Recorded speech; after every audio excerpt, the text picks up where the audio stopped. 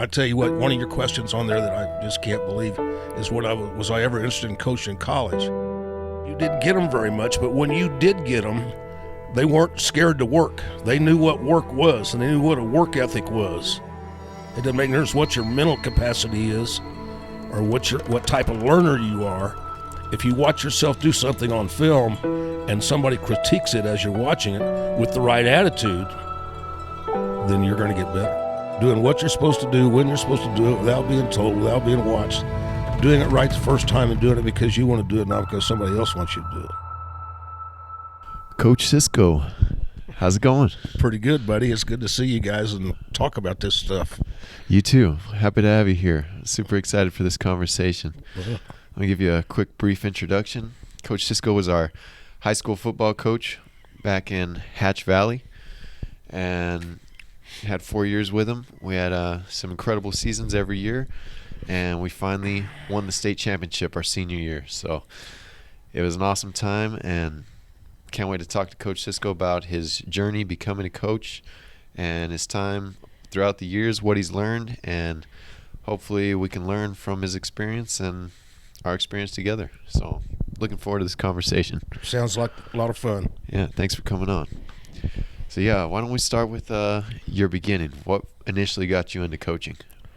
I was thinking about that in answering these questions. Well, it was more of a lifestyle that I wanted to have.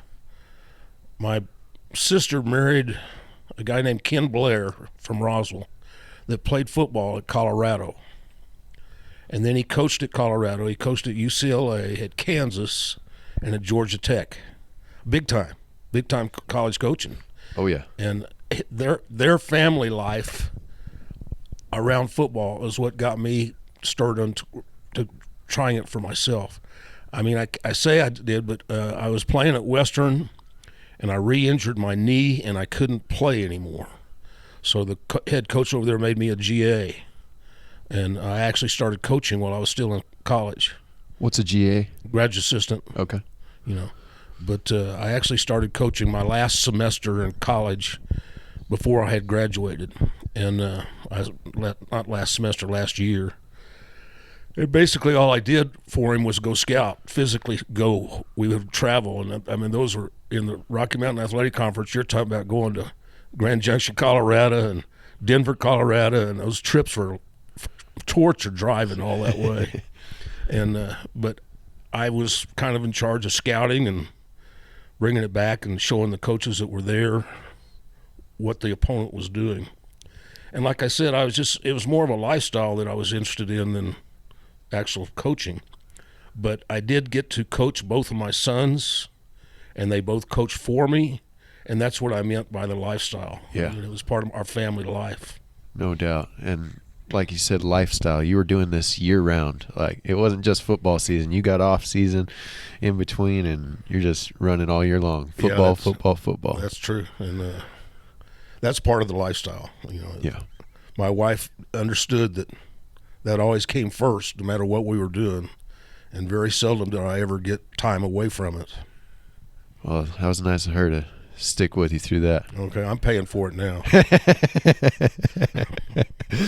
Okay, yeah. So like you said, you coached Coach AJ and Coach Colton. I know you won a state championship with Coach AJ in Roswell. Correct.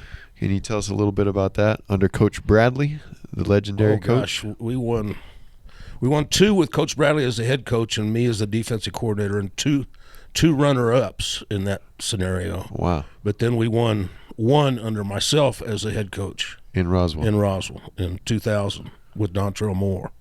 You know about that. Oh, yeah. And so I had a guy ask me this on the Hall of Honor speech, and I said, when I won the state championship in Roswell as a head coach, I was done. I mean, it was like what I had been trying to accomplish since I was a senior in high school, because I played for Roswell. I played quarterback, and we didn't do anything. So I was just finishing what I had started all the way back then in 1968, and we won the state championship at Roswell High then. And you've heard the stories about that game. I mean, we were down 31-6 midway through the third quarter, and we won 35-31. That was a legendary comeback. It was a legendary game. It was something to be a part of it. It still stuns me to think back on it, what we did in that game. Oh yeah, you would back when we were in high school, you would show us the video, the finer things. Finer things, yeah. And it was basically the highlights from that video, and your players and coaches were talking about the season and whatnot. And that was it was inspiring for us. It got us fired up before the games and whatnot. And you guys got into a routine of watching it before every game. Yeah. And we made one for Hatch. We did. It wasn't near as good as the one for Roswell, but we did make one. We did make one, yeah. No, that was pretty cool. I remember that one time, it was before we played Clayton, my sophomore year, before we played in the state championship. You had those guys from Roswell showed up in the pregame when we were getting ready, and that was cool. Yeah. That was cool. What was it like coaching in Roswell with Coach Bradley? Well, that's another thing that I knew you were going to ask me, that coaching for Coach Bradley, again, is a lifestyle. And that's where those habits that you talked about year-round came from. Our off-season was just as tough as Hatch's, if not tougher. All the way through the summer, we had workouts pretty much daily through the summer. Different than Hatch, because in Hatch they couldn't come to the workouts. You had to kind of work your schedule around them. But in Roswell, just like we do in Alamo right now, we have workouts in the summertime, 6 in the morning until about 8, pretty much every day. We would give them one day off a week, but year-round. Year-round, yeah, that's pretty much year-round. Even when football season is over and they're playing basketball or whatever they're doing, they still are involved in an off-season program for the football program year-round, all the way January till the summertime. And he gives them about 2 weeks off. 2 weeks. Yeah, in the summer, right at the start of the summer, to go on vacation, and that's about it. But Coach Bradley's intensity rubbed off on me a great deal. If I had to answer, which is one of your questions, what makes our program like at Roswell and at Hatch different than others, it's the high level of expectations. It's just high expectations. And it's never that those high expectations never stop year-round.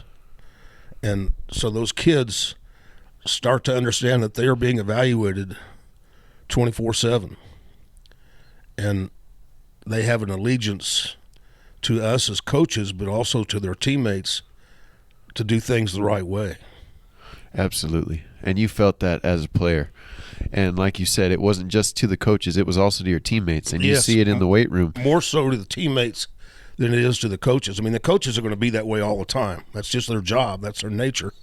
But the fact that it comes from player to player is more motivating to kids than anything else they do in their life. Anything. Absolutely. And from going through it that you'd rather let us down first before you let your teammates down. That's true. And that's built through those stories that I tell in the film room on a weekly basis, and the motivation that I give you is to always make you see that the allegiance to the team is more important than anything else you do. Definitely. And yeah, like you said, we see that in the weight room. You don't see anyone slacking off because the teammates are holding each other accountable. Correct. And pushing each other. And that was such an incredible environment to be around. And like you said, that was the main thing that built it up, was you putting that down in the film room and letting us know, hey, this team comes first. Where else in your life or in anybody's life are they going to have that kind of allegiance among 40 kids, 40 people? I haven't had it since. And there's not, unless you get into a interesting type of company or business situation where you have that many people that are involved and care, you're not ever going to have that again. And you don't even have it in other sports necessarily. I mean, track's different. They're all different skills, so you don't have a team awareness like you do in football. Basketball a little bit, but because it's such a smaller group of people, it's not the same motivating force as it is with 40 people, 40 players. Football is a team sport, and that's where it comes from. And I tell you what, one of your questions on there that I just can't believe is was I ever interested in coaching in college? Well, especially not now. Why is that? Well, they're all on the NIL, and college football doesn't have anything to do with the things that we're talking about. They're all motivated by money. Yeah. And that's the truth. Whether you like saying it or not, there's just very seldom do any college football teams have a group of players that give all their allegiance to that university and that team without something from outside getting in the way. That's a great point, because that's a common argument, is that these players need to get paid because they're being used by the university. But that's an incredible counter argument right there. You don't get the same chemistry like you do. It'll never be there again now, because everything's money and NIL. I mean, these guys are making $8 million to play college football, and it's out beyond all bounds. I couldn't do it. I could not coach in college without having the ability to establish the type of team unity that you and I are just talking about, and you can't do that in college. It's kind of a shame. Oh, it is. Well, that's why you liked college more than the pros previously, right? And now getting to the point where it's almost the same thing as the pros. Yeah. They're becoming superstars and whatnot. So you were done at Roswell. You were like, I got my state championship. I'm hanging it up. I mean, I had been an assistant coach until Colton graduated. And that was another reason for coming to Hatch, is Colton got a football scholarship to Western in Silver City. So by coming to Hatch, we were that much closer to be able to go watch him play. And that's exactly why I took the job. Hatch was a tough sell both to my wife and me, other than the weight room. The weight room just completely knocked me down, and everybody says that when they first see it at Hatch. But the field is not anything great. The locker room's definitely not anything great. And there's a lot of other things about Hatch that make it tough. But those same things, here's a good example. We couldn't run a summer program in Hatch like we did in Roswell because the players all worked. Yeah. And, I mean, that was just part of the lifestyle in Hatch. They worked their butts off from 6 in the morning till 6 or 8 o'clock at night all summer long, and there wasn't any choices about that. They had to do that. Yep. Well, the flip side of that is you didn't get them very much, but when you did get them, they weren't scared to work. They knew what work was, and they knew what a work ethic was. And the work ethic in that football program like we ran it was very important. When they came, they had to come to work. Yep. And they did, and that's what made that program turn around. So what was it like when you first got there? I didn't have any assistants that I brought with me, or at that time. I did get some in the next few years, but they didn't stay.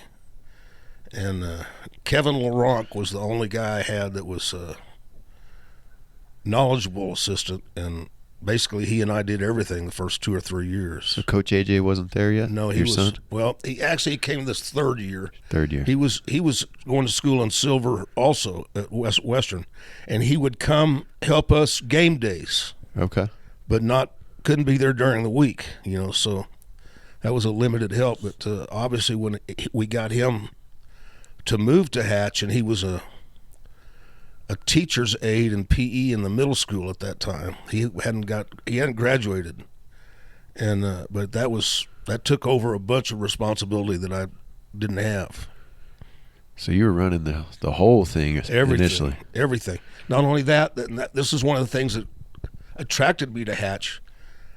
As the head football coach, I was also assigned to a junior high athletic PE, which was the first hour of the day at the middle school. Now, the only place that's done like that is in Texas. Huh. In Texas, all the high school coaches are in the junior high athletic PE. They coach the junior high kids pretty much year-round. What did you like about that? Well, obviously I had contact with those kids right away. Oh, nice. And then I was there. I was in the class. That's where Tyrell came from. You're building your future generation. Yeah, I taught Tyrell to read, play nose from a backed-off position in the 8th grade. Nice. At the middle school. And he just pull that right up with him. For context, Tyrell was one of the greatest players that we've had come out of Hatch. That's correct. That is correct. An absolute animal at nose guard. Yep. Nobody could block him. Right. And he wasn't a big guy. He wasn't a super strong guy. But he read it. He read it and had that instinct. So you built that up in middle school. Correct. Awesome. And I did not know that. That was a great advantage compared to everybody we played. Nobody else in New Mexico, even the 4A schools, didn't have that situation where the high school coaches were involved in coaching the middle school kids. Wow. And it was just me. I was only one, but that was a big deal. That is a big deal. And we didn't have it. I think we had it the first 2 years, and then they did away with it. As far as we still had the class, but I wasn't in it. I had to stay and teach at the high school, But that was a big selling point for Hatch being an attractive place at that time. That's pretty neat. Yeah. I did not know about that. So those first years I heard were kind of rough. Yes. I was probably in elementary, Right. maybe early middle school around then. I say they were rough, but quality kids, quality work. They worked their butts off, and we had our shots. When Nick Carson was a senior, and I think that was right when I first got there. That was the first year. We played Deming at Deming, and that's just a complete mismatch in class levels, Totally. But we had them beat in the last minute of the fourth quarter until they ran a kickoff back. Man. We had them beat, Wow. That was, I remember that just like all the other games that we had. We didn't win, but golly, it was just amazing that we played that well and got close to beating them. That's incredible. Yeah. Yeah, Deming's got how many more kids than us? They're, More than double. They're 5A now. Yeah. I don't know. Yeah, more than double. More than double. Yeah, easily. Yeah, that's nuts. So how did you build your program from scratch? Because obviously you came in, you had to start from nothing. A lot of that film room motivational stuff is where that started. And The old booklet? yeah, the old booklet is AJ still got it. Again, I say expectations. I had to teach them what my expectations were and beyond what they thought was even possible. The story I like to tell, and you'll remember this. Getting a job done, they do it right, does not deserve praise or recognition because that's what you're supposed to do. That's just supposed to do that. You don't need to be praised for everything that you do. You don't need to. So that is an example of expectations that I had to change in Hatch because they all thought if they just came to practice then they were great people, and it didn't work that way. Yeah. You had to raise their expectations for what it was. And that film room, or the motivation in that film room, was where I built that up. So much happened in that film room. Oh, gosh. Man. And I think that's one of the things that really separated us from other programs was Yes. the amount of time we spent in the film room. Not on the practice field, Right. in the film room. Right. And that actually, during your 4 years there, we kept doing more and more and more and more until, like you said, we were filming every practice. And we got to the point where we would not go on the field until we finished watching that film. And it didn't make any difference how long it took. Yeah. And we weren't that way when we started. But that's an example of raising those expectations, to making them understand that just doing your job wasn't enough. They had to do beyond that, had to do more. And those were the expectations. That's what changed the program over those 4 years. We watched every single play of every single practice. Probably 10 or 15 times. 10 or every play. 15 times. Almost every single player got criticized for their performance on that play. And then after game day on Friday night, we'd wake up be there at 7 in the morning. 7 or 8. 7 or 8 in the morning. And we'd watch the entire game 15, 20 times per play. Until we were done. Till we were done. And sometimes that was 1 o'clock. Sometimes it was 3 o'clock. Yeah. But now that's another Bradley thing. The film. Yeah. That's what he did too. And I never thought about it. That's just what you're supposed to do, Yeah.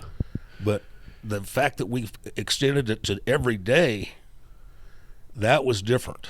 Bradley didn't even do that. He only filmed on Tuesdays. Gotcha. It's the only day he filmed of the week. And when I first went to Hatch, that's all we did was film on Tuesdays. And then it got to be so important to make kids understand that we started doing it every day. Why is it so important? So how many different stories have you heard about visual learners and I don't know what the other words are, written learners? Different types of learners. Different types of learners. Well, everybody can learn through watching themselves on film. Everybody can. It doesn't make no difference what your mental capacity is or what type of learner you are. If you watch yourself do something on film and somebody critiques it as you're watching it with the right attitude, then you're going to get better.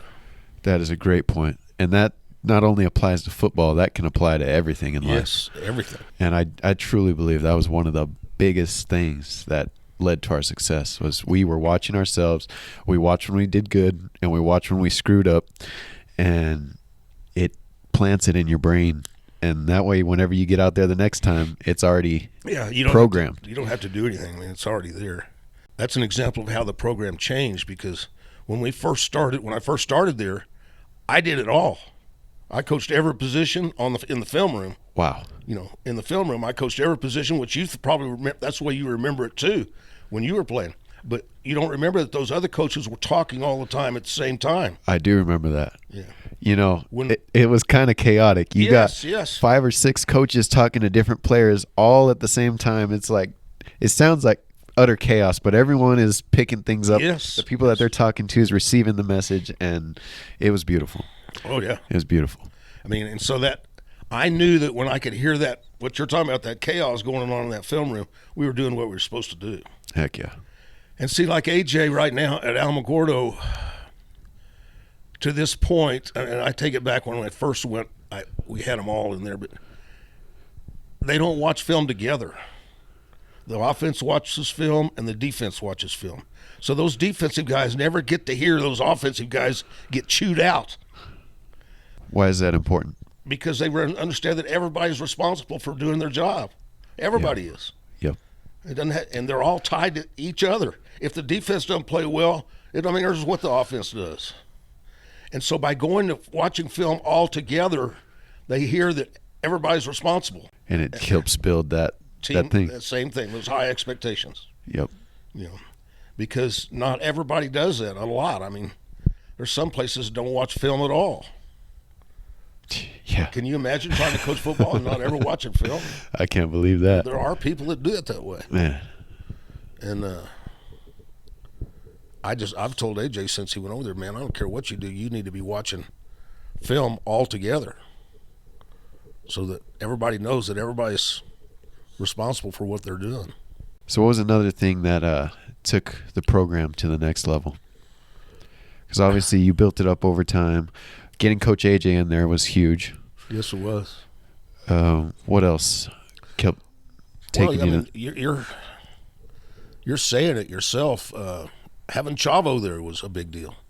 Having players that came back after they played for me and learned all that, and coaching was a big deal. Chavo was there. Manny Rodriguez came back. Tyrell came back.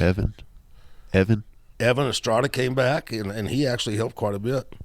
There was a whole bunch of them that learned the way that I taught them and came back and taught the same way. So that was one of the big helps as compared to when I first got there. Yeah, you were building your staff, being able to offload some of your tasks, and that way you could focus on the bigger picture. Exactly. And let those guys dial in and go to work on their specifics. One of my favorite things, I want to skip ahead here to the defense, just because this was so profound for me. When Coach Howell got the safeties, I think that changed the game for our defense. Oh, I agree. I mean, I don't even know. This is what's good about having Coach Howell, is that I don't even know what you're talking about. I mean, I know when he took over the safeties, but I don't know what he did to make it work. I can tell you. Well, he made them run support a lot more than what was done in the past. Exactly. So previously, our because I was a safety early on. So previously we were backpedaling on the snap, then reading, figuring things out. And then Coach Howell came in and he had us reading linemen, just like the linebackers. Yeah. So the safeties were reading linemen. If you got a run block, you're coming and filling at the line of scrimmage. Which was a big change. Big change. Yeah. You've got an extra set of linebackers. And you look at your years, Cade and Manny became great run supporters. Absolutely. Both of them. Absolutely. Yeah, I was a little upset that I got taken off safety, but I understood it. Those guys were better than me as safety, so they moved me into defensive end, and which you did a great job of doing that. Thank you. That was more taking on blocks so they can make the tackles. I have our highlight tape of 2015, and I watch it occasionally, but I've got it all memorized now. Do you remember playing Clint, Texas? Oh, yeah. And how much time we spent? And we actually did it in the rain in the locker room once, but of having an extra guy on the edge who would go blow it up. Yep. Because they were very much a power wishbone team that would run toss sweep or run option. And it was the angle with which that run support came from, which was your job in some cases, or Manny's job in some cases, the safety's job. Yep. Was a crucial thing, the angle, because you had to turn it back in, but not let them go around the outside of you, and blow it up, literally. And the first time you had them run it at you didn't do a very good job. You came outside, and they turned it up inside of you, and you get up off the ground, you go. Because that was the motion we were talking about attacking it. And that's funny when I think about that. Yeah, no. That game, I remember you hyped it up so big. You were like, these guys are going to be tough. Yeah, and this I thought they were. I really is going to be a test for you guys. And we were like, oh man, we're going to meet our match here. So we were getting ready, and then we blew them out of the water. Yeah. So what did you think at that point of the season right there? Well, I was still evaluating. In other words, they weren't. Clint wasn't as good as they had been when we played them down there. True. Do you remember when we played them down there? We just barely beat them. Barely.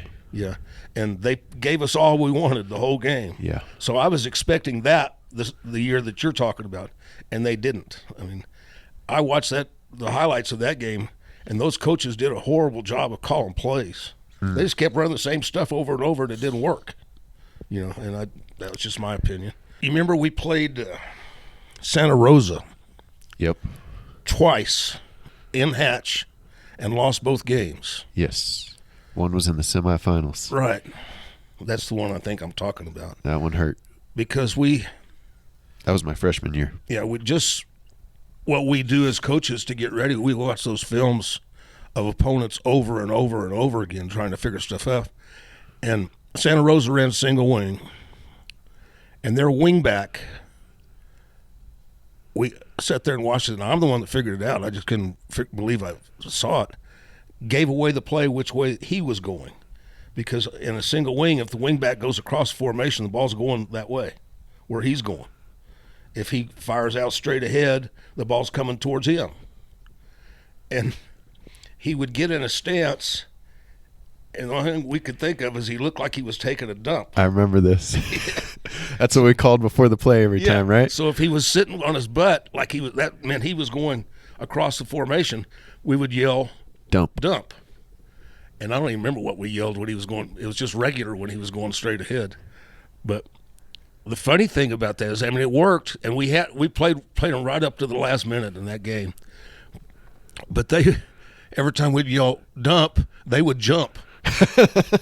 They would jump off sides. I remember that. Yeah. And that was funny because we figured out what that key was, but it didn't help us that much, at that time. That's a great point right there. That key, that seeing those tendencies. That was a huge thing you coaches did whenever we weren't there, and developing the game plan. I did that, and I still did even in Alamogordo. I've done that everywhere I've been, of putting it up on a whiteboard of all the formations and all the plays, and figuring out strong and weak, wide and short, down and distance. And you guys took more out of it than anybody else. Just like you said, you guys couldn't wait to get to the film room on Mondays to see what we had come up with. The game plan. Yeah. Putting that up on the board and the interest that you guys showed it was another reason that our program got better. Although we had put that on the board for every game, for every team, since I got there. Mondays were game plan, and that's another thing I got from Bradley that you would be interested in. I can tell you each day and what we did, and you'll remember what was that. Monday was game plan, and field goal and extra point. So that's pretty much all it was. I mean, even an individual and group and team was teaching the offense that we were going to run, or on defense, recognizing the keys that we were going to look at that were different than the week before, the other one. So Monday was learning that. Tuesday was punt and punt return for sure, and then it was the only day of the week that we went full pads and had full contact, both in individual drills and team. Wednesday was play the game. You remember those words? Oh, yeah. Because we would do kickoff and kickoff return, and then after each one, and punt it and punt return, and field goal and PAT, all the kicking game, go to the next phase of the game. If we were kicking the extra point, then the next thing we would do would be defense. If we were scoring an extra point, the next thing we would do would be kickoff. And within those special teams goals, you had everything else. So on kickoff, you also had to practice hands team. You also had to practice onside and any fakes. Thursdays was fakes and trick plays. That's what we did on Thursday. Now, all that came from Bradley, except I was the only one that came up with that play the game. I came up with that. But it was just a way of doing it. The same thing he did all the time. Those practice schedules, if you went to Mayfield today with Gary Bradley, I'll bet you they would be doing exactly the same thing at the same time. Yeah, that's the legendary impact from Coach Bradley. Yeah, exactly. How many coaches came from him?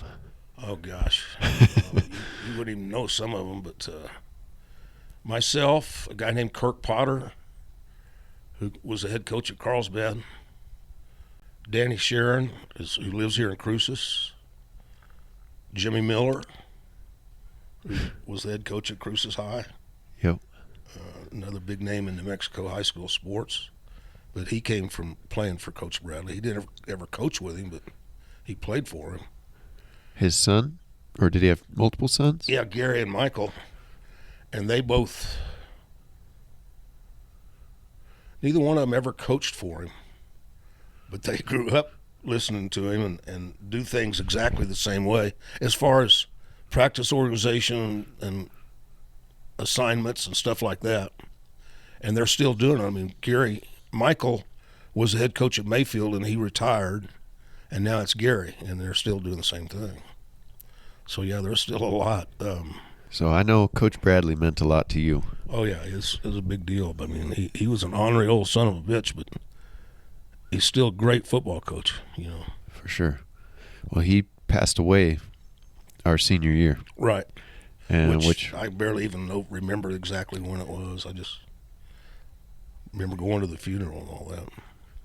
Which, again, that was the year we won the state championship. Yeah. How did that, or what did that mean to you? Like I just said, nothing. Nothing. I didn't connect the two until you tell me about it now. I didn't connect the two at all at that time. I just remember we had his sticker on our helmet. Okay. AJ did that. AJ Cisco did that. Put that sticker on y'all's helmet. In honor of Coach Bradley. Mm-hmm. Just thought that was pretty cool. Yeah. But how about our offense? Man, by the time we were seniors, it was so complex. It's amazing. The amount of plays that we had and that we could run it out of different formations, the different variations, it was insane. It really was. Insane. Without even thinking about how complex it was, I mean, we just did it, It all fit together. And in fact, Alamogordo's going back to that this coming year. But there's a lot of things that happened within that offense during the time at Hatch that developed. And I say developed because they were not stuff that we had done it in other places, but we created them. You remember running just lead. Lead was a big deal to all this stuff we're talking about because we were so good at it. We were good at running lead. So that running play action and different variations of lead was a natural thing to do, but it affected the opponents a great deal. We ran lead away. I think that's what we called it at Hatch, where if we were opening to the right, we would open to the right and hand it off, and the quarterback would get out of the way, and they'd go back. The fullback and tailback would go back to the left. So we started out making the defense think because we opened to the right, that's where lead was going. But it went back the other way. And that was an example of us taking something that we did in that offense and changing it, which made it even better. Yeah. We harder to identify tendencies. Yeah, exactly. Breaking tendencies. See if you remember this one, because I don't think we ever ran it with you unless when you were a freshman or a sophomore. We would fake lead with the quarterback and pull the guard and tackle and run tag away from it. And the quarterback would actually spin all the way around faking the lead and then follow the guard and tackle. I think you're right. I don't think we did it with me, but I remember running it freshman and sophomore year. Yeah, exactly. Max Gillis was really good at that. Huh. You faking double lead and then spin to the tag. Yes. Wow. That's an example of the same thing we're talking about, you know. Yeah. And you're not going to believe this, but we never ran Trey Boot anywhere but Hatch. Really? Never ran it once in Roswell. Huh. It hadn't invented it yet. And wow. Not only that, we started out running Trey Boot only to the split end, to the slot. Yes. And running 93 or 9 with the wide out and a 3 with the slot and the fullback underneath it. Yep. We never ran it to the tight end. And I don't remember what caused me to recognize it, but like all those times that you threw to Cooper or to a tight end on Trey Boot to the tight end, I knew it was going to work because the corner was lined up, head up to the tight end. I mean, all I had to do was see the defense against a tight end, and if the guy was outside the tight end, don't run Trey Boot or run it and throw it to the fullback. That's only chance you got. Yeah. But if he's head up or inside, that's a touchdown. Right now, it's a touchdown. Yeah. And it was wide open so many times. Yeah. So many times. But that's an example of the offense evolving over time in Hatch because we could run so many formations and so many plays. AJ's got so many friggin' formations, I don't even know what some of them are. That's no lie. I don't know what they're talking about. Yeah, man. We had hundreds of variations. Yeah. Hundreds. And the crazy thing is, we had every one of these formations and every one of these plays memorized by hand signals. Yes. Which is, I guess you're right. It's amazing that because those hand signals in Hatch weren't just for the quarterback. No. Everybody had to know what they meant. Including the linemen. Yes. Everybody had to know what they meant, you know. And it's amazing. When you think about it, how many guys off that team actually played in the game? Off the which team? What do you mean, seniors? Or no, on the team. Oh, that actually played? Yeah, there was 11 on offense. And we probably all 11 of those played defense except for Juan Reyes. Juan Reyes played defense. I know, but he didn't play offense all the time. Most of the time. It was him and Cade as the receivers. There's a lot of times it was Saul. As a receiver? Yeah. That's true. Him and Saul would switch. Yeah, exactly.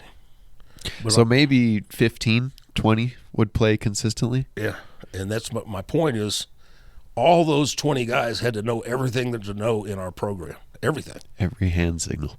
Yep. Every duty. And that's the beauty of football. They still do tag. You know? That's the beauty of football too, is you've got 11 people on the field. Everyone has their own job. And if everyone does their job correctly, you might get 3-4 yards. Maybe. Maybe. And if everyone does exceptional with maybe a defensive fault, then you end up with a touchdown. You have a chance. Yeah.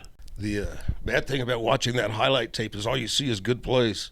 And there was a lot of bad plays in between there that you don't see. That's true. That's true. But that's just part of it. Talking about formations, I want to talk a little bit about the single wing because... Oh, yeah, I remember seeing that question. Yeah. We've already kind of talked about how it came about. We were playing Santa Rosa, which was single wing, and we had to practice against the single wing. Correct. And Chavo took it upon himself he actually took the kids who were on the scout team and had their own practice session away from everybody else. Yep. So he could you were. It was us. It was our class. Yeah. We were the underclassmen at that point. And so they had to go off to a different part of the practice field and practice the single wing.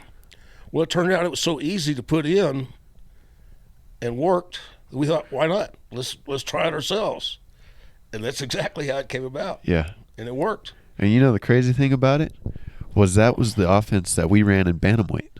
Oh, really? Yeah. I didn't know that. When my dad was coaching us, yeah, we were running single wing, 4th grade, 5th grade, and 6th grade. So that's why it came so natural to us. I guess. Because we had already done it. So then we implemented it our senior year, and we were running the offense sometimes. We were running the single wing, which is what we started with in bantamweight. So that was cool. That's amazing. That was cool. And it actually, in Silver City, it played a huge role in our victory. Yeah. Both Silver and Cobry. That if it wasn't for single wing, we would have had a hard time. Yeah. You know? Yeah. Because it broke the game open. It did. And Silver City had an 11-year win streak as district champions. Yes. And we snapped that. I think that's the state record. I'll be damned. And I think we snapped it. That's something. Yeah. With the single wing. Oh, man. It was cool. That was a cool formation. What did we break out to senior year? Do you remember? After every practice game? I don't remember. Hatch Pride, kick ass, take state, fuck Cobra. No, all year long. That's what we broke that. to. Because they beat us in the semifinals our junior year. Yeah. So we were pissed off and payback. And that first game was close. Yeah. It was close. 14 to 17, 14. 17-14. And Andrew Sanchez ran all over us. They were on the 5-yard line at the end of the game too. Yeah. Yeah. Yep. But then you made one of the coolest adjustments I'd seen when we played him the second time in the semifinals. You remember that? Yeah, not attacking him. Yep. You said you told our defensive rushers not to sack him. Yeah, just let him stand back there and take his time and keep him hemmed up. And he couldn't handle it. He couldn't stand it. And you were like, don't worry what the fans say. Don't let them boo you. Don't sack him. And we're like, what? What do you mean don't sack him? She's like, because you guys can't tackle the guy. Exactly right. That's what made big plays. The 17-14 game worked, and then we played them again in the semifinals, and it was worse. We beat them a lot worse. It was like by 4 touchdowns. And I think because of that adjustment. Yeah. He didn't run at all. No. And he threw like 3 or 4 picks. Yeah. Talking about making weird adjustments. Played Lordsburg, and I can't remember who he was, but they had a running back that was really good. Yep. Do you remember what his name Raymond was? Saucedo, number 44? I don't think that's – I don't – maybe or Johnny Plowman, the big guy. I don't know. They had 3 studs. Early in the game, he'd run up to the line of scrimmage between the tackles and just stop and run around the end. And, I mean, make it successful. Get big-time yardage because he was so fast. So finally, I told the defense, on the snap, just go straight sideways on both sides. Just go straight sideways because he ain't going to run it in there. And he wouldn't. And sure enough, we'd tackle him every time. It's a stupid-ass sandlot football, you know. Yeah. Just go sideways and you'll get him. And sure enough, we did. That's funny. Yeah.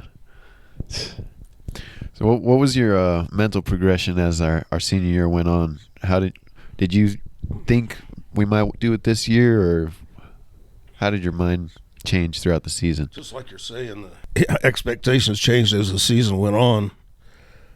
But up till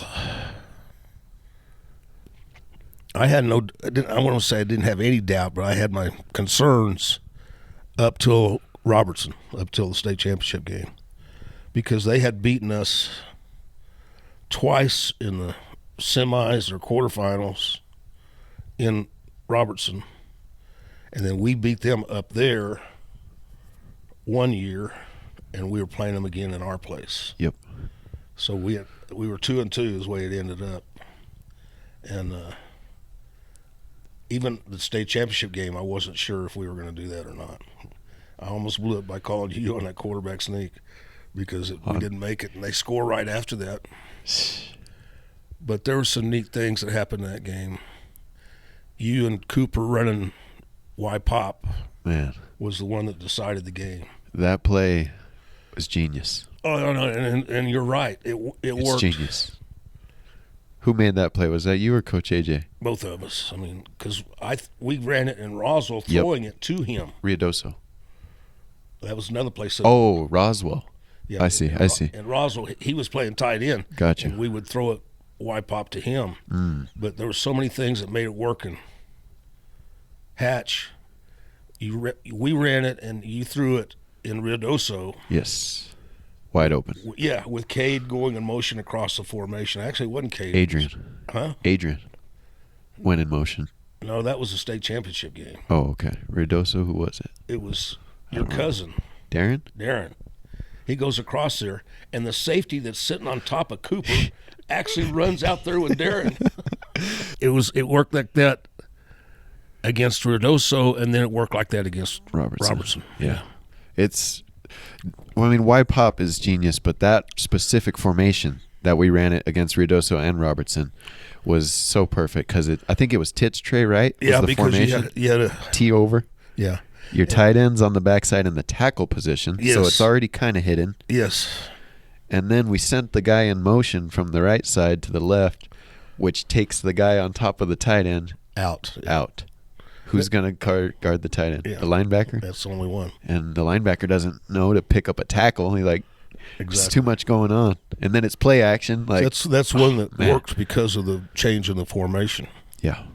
And AJ's responsible for that, not me. That was beautiful. Yeah. You see that safety move over? Oh, shit. He can't wait to snap it. Yeah. Oh, man. And that won us the state championship. It did.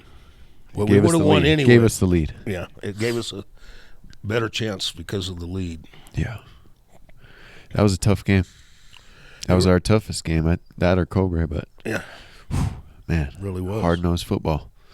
Those Every guys play. Are good. Oh, yeah. What was going on in your mind during that state championship game, throughout the game? Well, just like you're talking about, I was concerned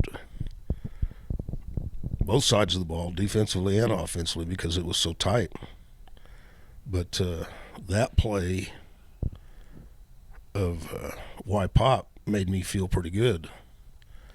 And then it wouldn't have even been that close if we didn't give up that 60-yard run. Yep.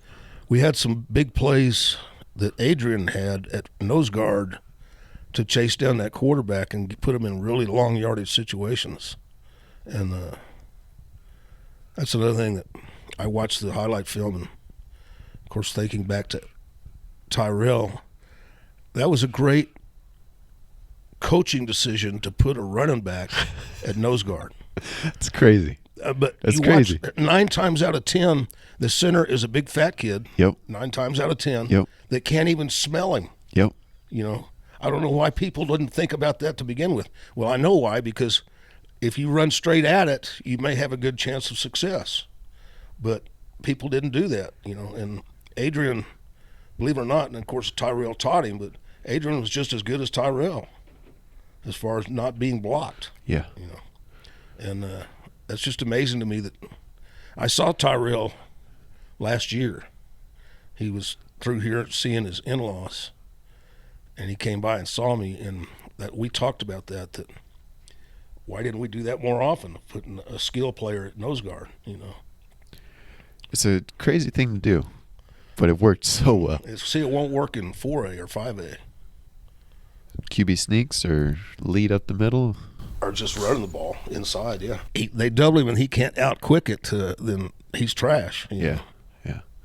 That's true. But Adrian was no pushover anyways. Even if they ran it right at him and Tyrell, they'd hold their own. Yeah. Yeah. Another thing, man, I loved about our defense was our senior year, our corners. Saul Trujillo, Juan Reyes. Most games, almost every game, the 2 fastest players on the field. Yes. So our safeties could play run because those guys were on islands and we didn't have to worry about it. Well, it's a big deal in any defense if you got 2 corners that can play man. Yep. I mean, makes everything else work a lot better. And they played man every play all year long. Yep, they and did. Locked those dudes down. Pretty much. Yep. That was just such a confidence booster because, you got a rough corner. When it's 3rd and long, you're like, oh, shit, here it comes. Yeah. And they'll be successful most of the time, too. Yeah. So, man, that was such a nice confidence booster having those guys out there. How did you feel when the seniors came and asked to be on special teams? You remember that? Yeah, something in the back of my head that... We were like, Coach, they keep running back kickoffs 40 yards on us. Yeah. And you were like, well, I was just trying to give you guys a break. Yeah. No, I understand. And I understood then, too. And then another thing, our senior year, nobody got hurt. It's true. I didn't think about that till you said something about it. That was the first time since I'd seen it. We had no injuries. I mean, we had little ones here and there, but nothing that keep people off the field. No, I agree. And I think that we didn't lose anybody for the full time. Yeah. That was huge. Testament to the weightlifting program. Yep. And the mental toughness. That too. Can you talk a little bit about that? I think the question was on your paper is what did I do to develop mental toughness? And you know the answer to that. In the weight room, we would have certain days that were supposed to be extremely hard. Yep. And the point is, as a coach, you have to make them understand that that's what we're practicing. We're not trying to get stronger. We're trying to get more mentally tough. And you have to take on extreme hardship and overcome it to make that happen. All I have to do is say planks or halfway. You remember all those? Yep. And having to say self-discipline when you're to be able to get it to end it. Holding the 45-pound plate above our heads, Yep. running around the room. Yep, that's mental toughness. That's all it is. And I mean, it's regardless of what the exercise is, it's got to be something that's physically torturous. Yeah, it sucked. Has to be. It sucked. Yeah. And then the skills were holding 45-pound plates too. Yeah. That sucked. Yeah. And then when you'd let it down, the coaches would chew your ass. Pick the plate up. I do want to talk a little bit more about that, the discipline and the mental toughness, because that was such a huge part of the program. Which, first of all, how do you define self-discipline? You want me to just say it? Yeah. Okay. Doing what you're supposed to do, when you're supposed to do it, without being told, without being watched. Doing it right the first time and doing it because you want to do it, not because somebody else wants you to do it. Now, that has been a mainstay of my coaching and the programs everywhere. At Roswell, Hatch, and now at Alamogordo. It's the first thing we had to memorize when we came into the program. Yeah, as freshmen. Yep. That's correct. Everyone had to recite it and memorize it. Well, I don't know how much that specifically helped the program. I just know that in all situations, if a player has mental toughness or self-discipline, that's going to take care of a lot of problems for people that don't have it. It just osmosis it, it eats it up. Aside from the state championship games, do you have a most memorable game? Oh, yeah. And there was a lot of answers to that. At Roswell, one of the runner-up state championship games was against Highland, and they beat us 12-0, 2 touchdowns on picking up. We were running a triple option, and quarterback would fumble the ball on the corner, and a guy would pick it up and run it back for a touchdown twice. That's not the story. I mean, that's how we lost the game. Okay. And I was a defensive coordinator. They never scored on the defense at all. That hurts. Scored on the offense. And friggin' Bradley still blamed me. Oh, shit. That's what I meant about Bradley and something else. But at Hatch, obviously the state championship game was a big one. The state championship game in Roswell was a big one because we came from behind so far. But other than that, the biggest game I think we ever had was against Pampa, Texas, the year after you graduated. We played them at the Institute. I remember that was a big deal. Oh, that was a big deal. I mean, because Pampa, Texas is pretty much like Cruces. I mean, that's how big it is. And we beat them. And everything had to go just right for us to beat them. And it did, you know. Man.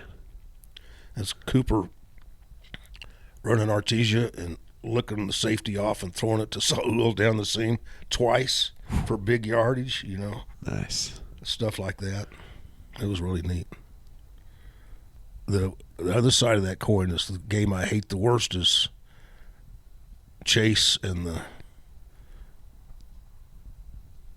Northeast. What was the name of that town? Clayton. And Clayton, yeah. Still trying to forget it. Yeah, I hated that game. And I feel bad about it because I should have just put my foot down and said, we're not going to play. We're not going to play. We're going to delay it or something. We should have. Why? Why? Why? Yeah. I mean, I know why, but we were not suited to play in that situation. Just like we're talking about, our whole offense could not operate in that snow. Yeah, no. It was, how cold was it? Oh, gosh, I don't know. I don't even like to think about that. It was like 5 degrees, like negative 15 with the wind chill. Something like that. Like 40 mile per hour winds. It didn't affect them any. It was freezing. It was. I remember just holding the PAT hurt my hands. I was like, God dang. I can't imagine Chase playing QB. Can't throw the ball at all. So they just loaded the box and stuffed it down our throats. Yeah, that was brutal. Too bad we didn't have the single wing that game. Yeah, it wouldn't have made any difference. Yeah, no, we were freezing. What does it mean to leave a legacy as a coach? Oh, wow.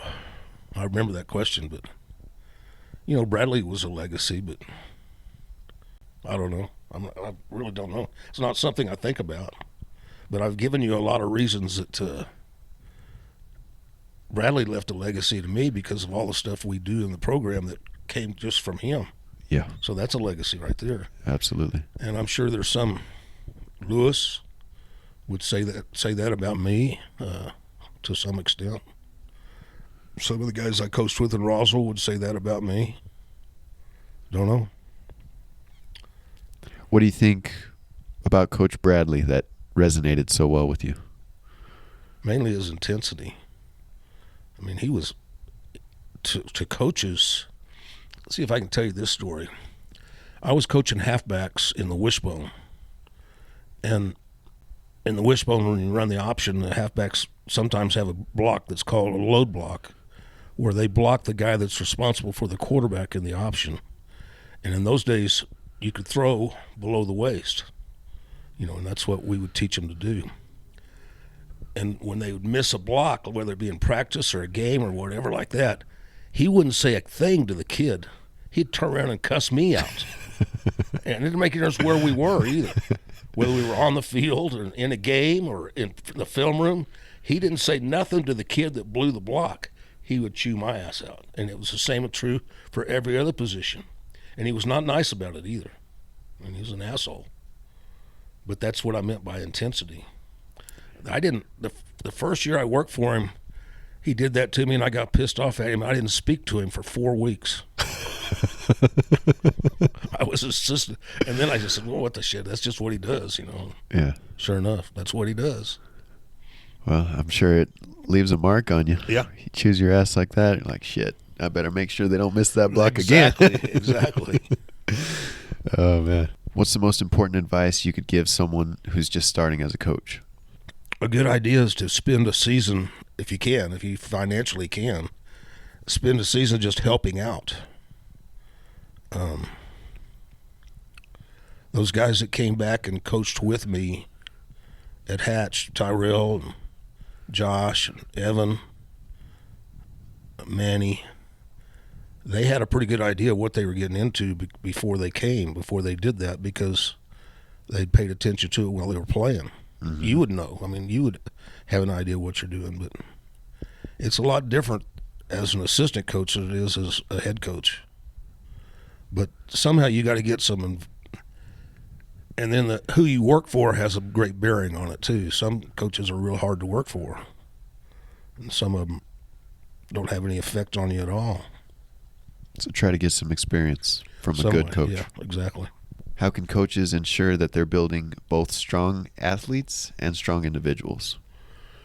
Okay, that was one of the things that I was trying to remember, that I believe it gives you a chance for success, I said this in my Hall of Honor speech, that you got to work on developing good people you can trust. And that's what you and I have been talking about building self-discipline, mental toughness, people that you can trust, whether it be on the football field or off the football field. That's not always a given. But you have to do that before you can go any further with the program. The football will take care of itself. What I just said doesn't have anything to do with football. Yeah. It's just people. And it's true of any job. You got to develop some people you can trust that care about what you're doing. I think that's some great leadership advice right there for building a company. Yes, exactly. And that should come before knowledge. It should come before experience. People you can trust are a lot more valuable to you than people who know it all. And that's true of any job or any business, but more so in football than anything else. We got a few closing questions here. Okay. What are your top 3 favorite books? I don't know if I can come up with 3 books. The Bible would be the first one. Lonesome Dove. That's about all I can do. Right on. What do you like about Lonesome Dove? Reality of that age, especially compared to all the other Westerns, Yeah. You watch the movie and the book same way. It's the reality of the living in those days. Rough lifestyle. Mm-hmm. What's one piece of advice that you'd want any young athlete or young coach to remember? Tough times don't last. Tough people do. It's one of my favorites. Well, that's the truth. You pounded us with that one many times. Whenever you started bitching and moaning, that's what you say. Tough times don't last. Tough people do. Coach Cisco, thank you for coming on. It was an honor to have you. It was an honor to play under you. Well, thank you. You made an impact on many people's lives. I truly believe that. I appreciate that. Thanks, Coach. Good luck to you in the future. You as well.